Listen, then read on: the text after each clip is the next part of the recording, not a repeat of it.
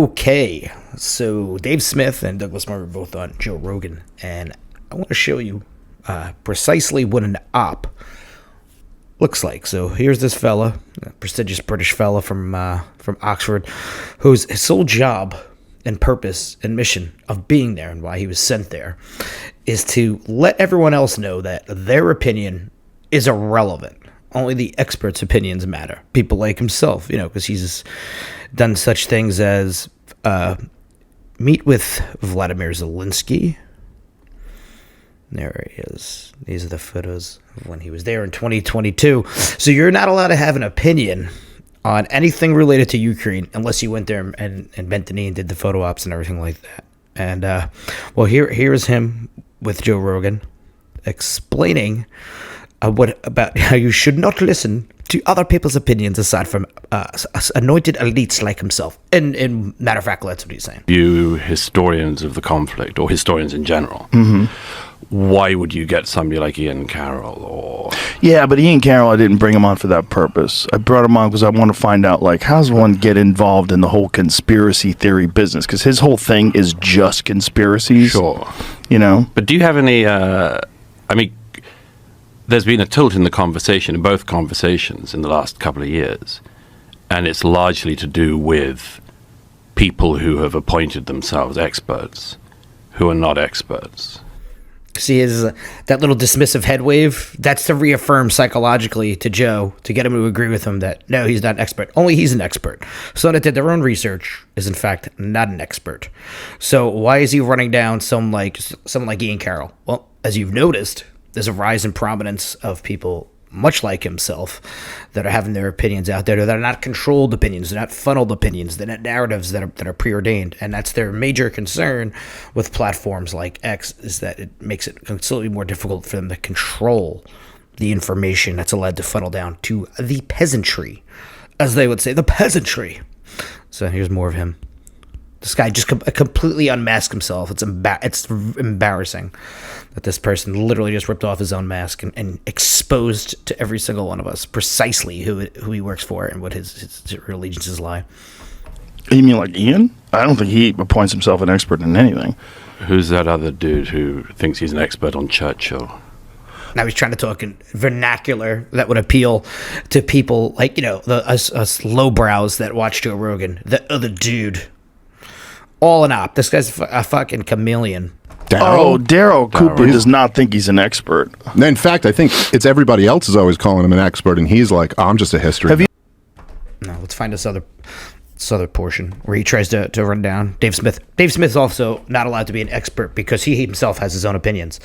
You'll find you're not allowed to have an opinion unless they disseminate it to you by the pre-authorized elites. Now, where is this?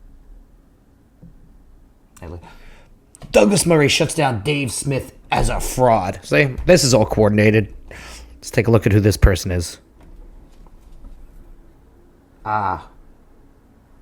Interesting. I swear I didn't look at that ahead of time. Did not look at that ahead of time. Wiping the floor. See, this all looks very coordinated. Look at this. Dr. Eli David wiping the floor. Dave Smith. Noticing the noticers.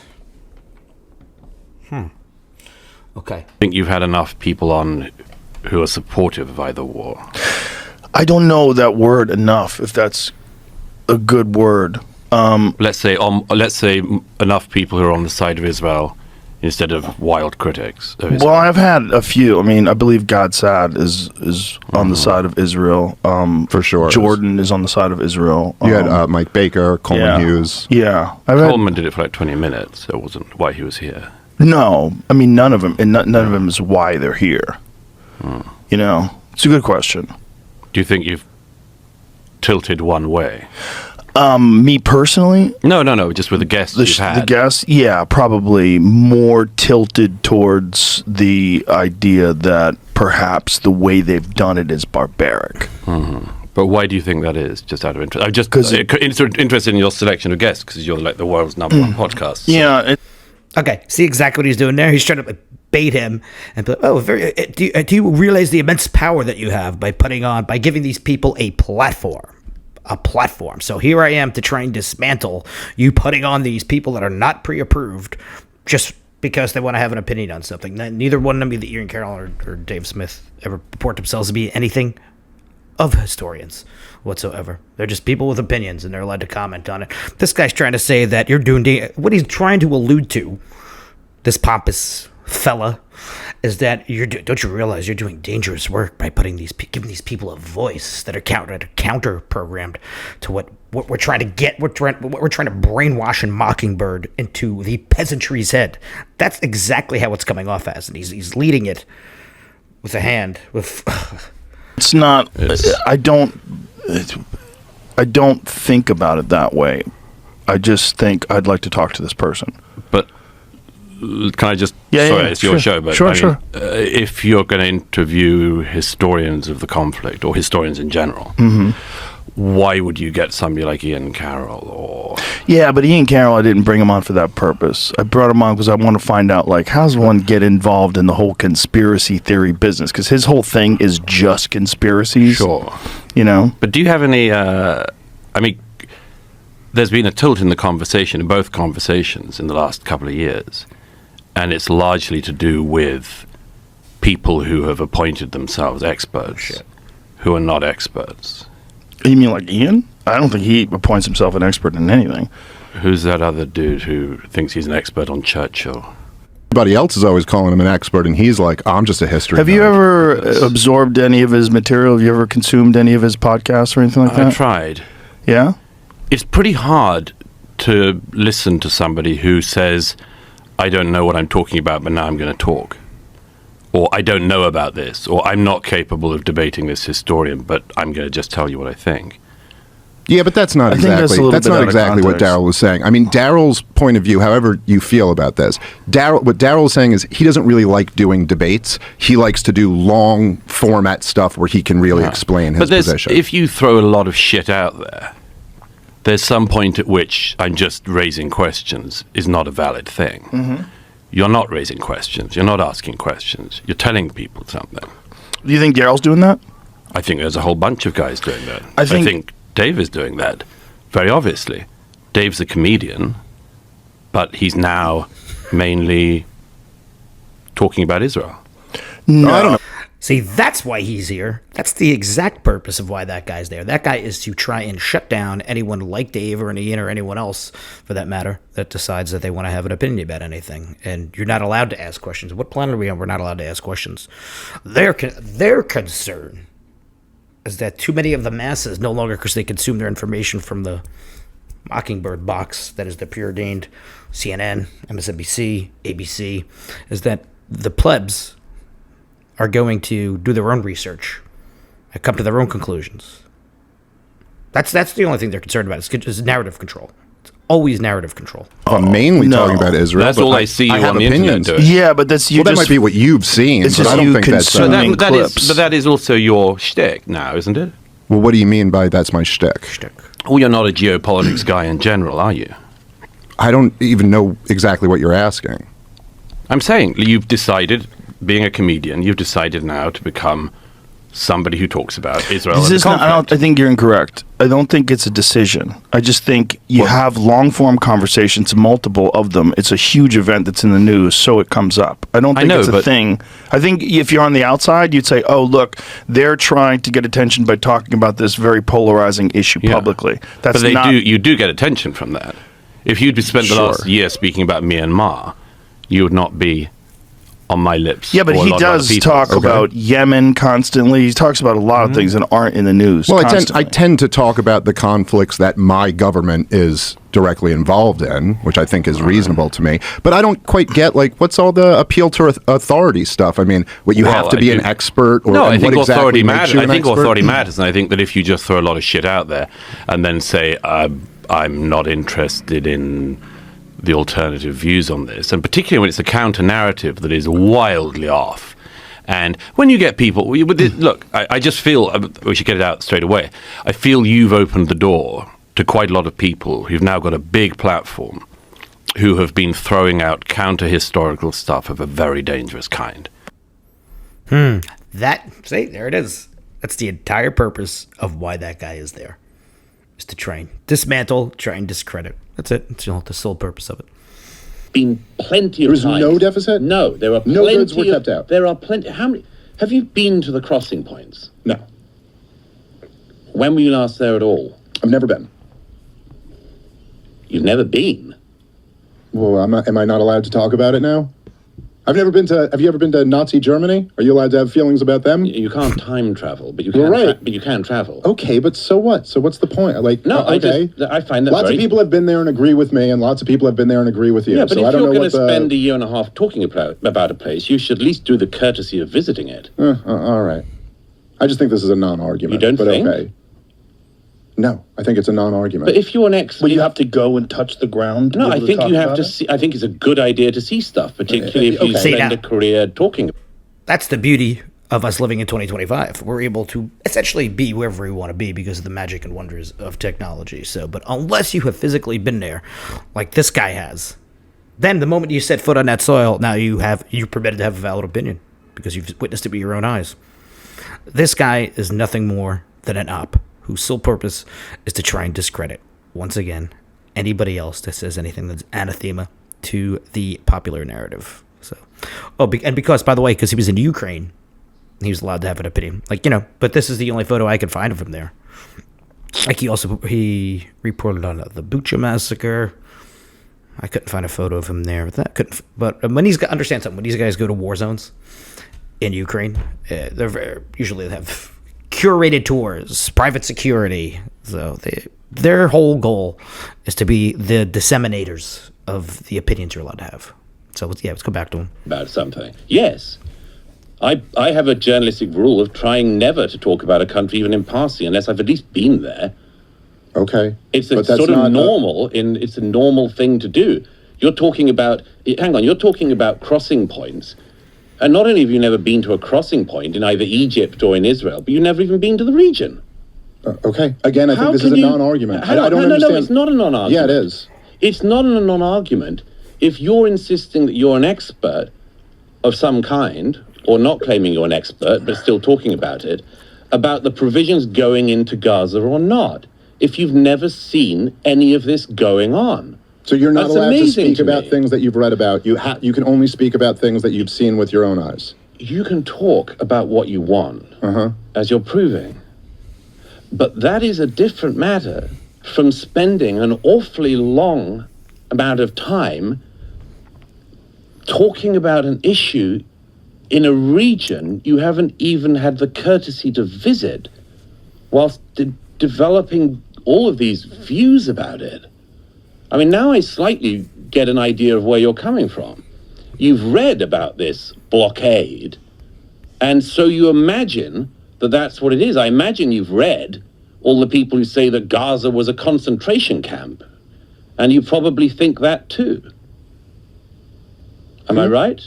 I mean, again, it literally a concentration camp. It shares a lot of similarities, I would think. Wow. Well, as I say, you can't time travel back to the Nazi era. Let's but go you back to could the go blockade. to the Middle East and actually visit it. Okay, It's the not world. Just admonishes anybody that has an opinion. If his opinion doesn't matter, or Ian Carroll's, or no one else's opinion for that matters, aside from their opinions, then why is it so important for him to come on this podcast and try and break him down and dismantle him with his little semantics of, if you've never been there, you can't have it. Why is it so important to try and attempt to humiliate this person who has an opinion on a world stage? Because they're afraid of something. This didn't just fucking fall out of the sky here. Bigger, kind of the bigger picture dynamics to all of this is that we have, at least since 9/11, been in a state of perpetual war.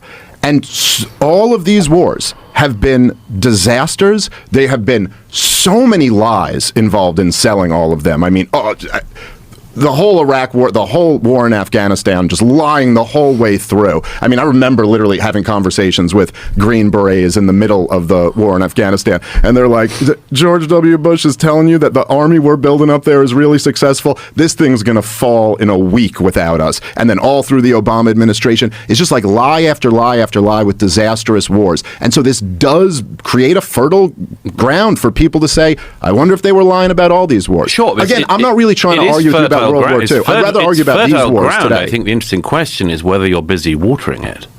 Well, should you not talk about mistakes that were made overall? Absolutely. Okay, you should. Absolutely. Right. I'm all for going back and looking at mistakes. So what is your argument then? It's a very weird thing to go back, zone in on a man, say this one thing is a mistake and should characterize him, and you ignore everything else. You're taking him out of context when you're talking about Darrow, who's done, what was it, 30 plus hours? So what? 30 plus hours of podcasting. You do that in a week. I mean, but it's a very different thing. He's not doing a podcast like talking to people. Okay, nor is he doing scholarly work, nor is he working in the archives, clearly. Come on. I mean, he is not the historian of our era. He's not claiming to be. This is the thing, Joe. This is like punching jelly. No, but you don't consume. Their concern is that their prearranged book deals, which they get, this is what happens. They get themselves these book deals for pushing the official propaganda for the most part, and they're the authorities. That's why they give these people like Pulitzer prizes, Nobel prizes, things on those lines, because that's their reward for carrying the water. People like him, their concern is they're watching and witnessing the death of modern media. So they are here to kneecap or attempt to kneecap that future growth. What are you watering? What are you watering? What are you watering? What? The the flowery seeds of ideas, hopefully, and liberty? His work. What I'm saying, because I don't need to consume endless versions of a revisionist history. I understand. But it's not revisionist history. If you listen to his work, it's not revisionist history. He's basing it on historical work. Yeah, I know. But okay, so this is my point about jelly. It's a shape-shifting thing. Comedian or historian? He's not a comedian. Historian or podcast? Would-be historian or actual historian? You say he doesn't claim to be a historian, but he's pumping out tens of hours of neither history. Does Dan Carlin. He doesn't claim to be a historian either. You see my point? And neither did George Carlin, who is not to get off topic, but a comedian and also a very prescient, turns out, modern-day philosopher on a lot of his ideas ringing true to precisely where we have arrived in our modern civilization. People are allowed to have opinions on things. Point about the move. It's like some weird jiu-jitsu move. No, I don't. Where you say, hang on, you know all about this as well. You say, I'm not a historian, but I'm going to spend my time talking about history. I'm not a journalist, but I'm going to spend my time talking about this thing. I'm not an expert on this, but I'm going to spend my time talking about this thing. It's a weird move, yeah? No.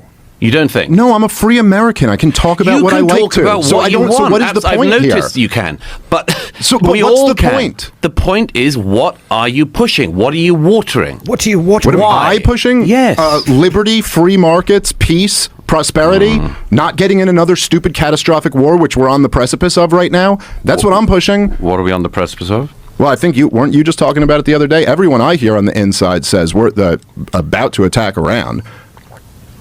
I think you just said something about that the other day. Am I wrong about that? I thought I saw in one of your interviews that you did. Possibly. No. Okay. That doesn't mean we are on the verge of a war. I mean, you keep referring to we being in wars. There's a very big difference between a country having a military that's engaged and a country being at war. This country has not been at war for 25 years. You have not been fighting for the American homeland for 25 years. Yes, we haven't. That's true. Right. We haven't had a war on our shores. We've been picking on third world countries halfway around the world. Well, you haven't been randomly picking on them. I mean, Afghanistan, you went... I didn't say it was random. We had a seven-country plan, if you remember. It wasn't like you suddenly decided to bomb, again, Myanmar or something. We went for Afghanistan to find bin Laden and take revenge for 9/11 and stop an attack like that happening again on the American homeland. That is very different from a country being at war. Yeah, but that's a total mischaracterization of the war in Afghanistan. It's one thing to say that might be an accurate characterization of the special operations mission in late 2001, but then we fought a 20-year regime change war against the Taliban. Because you got dragged into the quicksand of war. Okay, fine. But I thought it wasn't a war. Just a quick reminder for everybody, for this elitist pompous UK buddy understand something. The UK there used to be a colonial power. They live on an island with minimal resources. So what did they do in, 1954? They overthrew Mossadegh, the Shah, to install the Shah of Iran. Why was that done? This is provable. This was done because they were considering nationalizing the oil that was present in Iran. And the British Petroleum was not too happy about that. So MI6 aligned with the CIA to overthrow. And that's why we have Iran in the current state that it is. So these people have no room to talk. Like, what? I don't get your argument. No, I said it was a war. It's your use of we, as if you're personally like suffering this war. I mean, you're a taxpayer. When I say we, we're taxpayers, implied, so okay. we pay for it. Okay, fine. Douglas, if I went back and corrected you on every time you've used the term "we" to refer to your government or something like that, like if I were to say, "Oh, we just imposed tariffs on China," would you point out that I didn't, and it was the Trump administration? I'm saying you take it obviously very personally, and that's your right to do so, of course. I'm just trying to make sure we're accurate here. What do you think I'm taking personally? The American wars. Sure, yeah. I think they've killed hundreds of thousands of people and cost my country $8 trillion and degraded my country very much. And there's a very good argument to make on that. I'm still slightly bemused about this move from I'm an expert on this and I have views to I'm a comedian. I've never claimed to be an expert on anything. Once again, just trying to narrative shift away from what they were talking about, because David was actually right on the money that we've made a clown of ourselves with the amount of money we've spent and enriched the entire military industrial complex. And he's right when it says it's not a good look for our nation, our people as a whole. We're over there dropping peace bombs. So, of course, now this Douglas Murray wants to shift it back to trying to dismantle his capability for Dave to have, or anyone else to have an opinion, by saying, I'm just very confused. Are you but an historian or are you a comedian? I don't know. You're shape-shifting in between. This is the problem, Joe. I mean, and if somebody says... you have to claim... And now he's going to talk about him like he's a piece of furniture, like he's not fucking there, which is incredibly disrespectful. And once again, that's an op to try and dismiss him from having an opinion. To be an expert on something, to have an opinion on something? You don't have to be. You don't have to be. But so this is like, issue? I'm not a historian, but I'm pumping out history. But wait a minute, I'm not an expert, but I'm talking all the time about this. But you're not even talking about specifically on what he just said. No, I'm saying, this is my point about this. You say... I'm not an expert. So what's the solution? To not talk about it? No, it's to have more experts around. Well, the expert class hasn't done a great job. I know. Man. This is follow the science. Yeah, but you know what? I agree with that. I just said to you, I agree with that. Right. I know. But so one Douglas, of the problems during all of COVID, I will put my track record against any of the expert class on COVID. I'm glad to do that. So should I have just shut up? Should I have shut up by opposing lockdowns and opposing vaccine mandates and talking about the lab argument theory? At the time. You realize that's the entire argument that you're making. Let the experts handle this. Unbelievable. He's right. The experts are the ones that have got us into every single position that we are in, which is why we have 35 trillion in debt as opposed to where we had 14.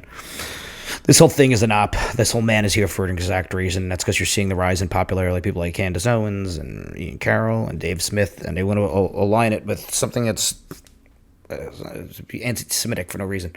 They're just people trying to have an opinion.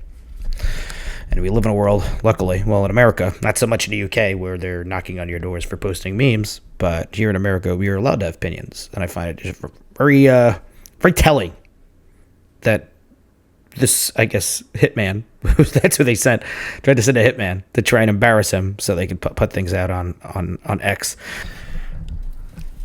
Douglas Murray is the epitome of an ignorant, elitist shill, one of the most unbearable voices out there today, such a smug prick. Yes, smug is a great way to explain him. Yes, such a smug prick, disgusting behavior, just woke loser shit.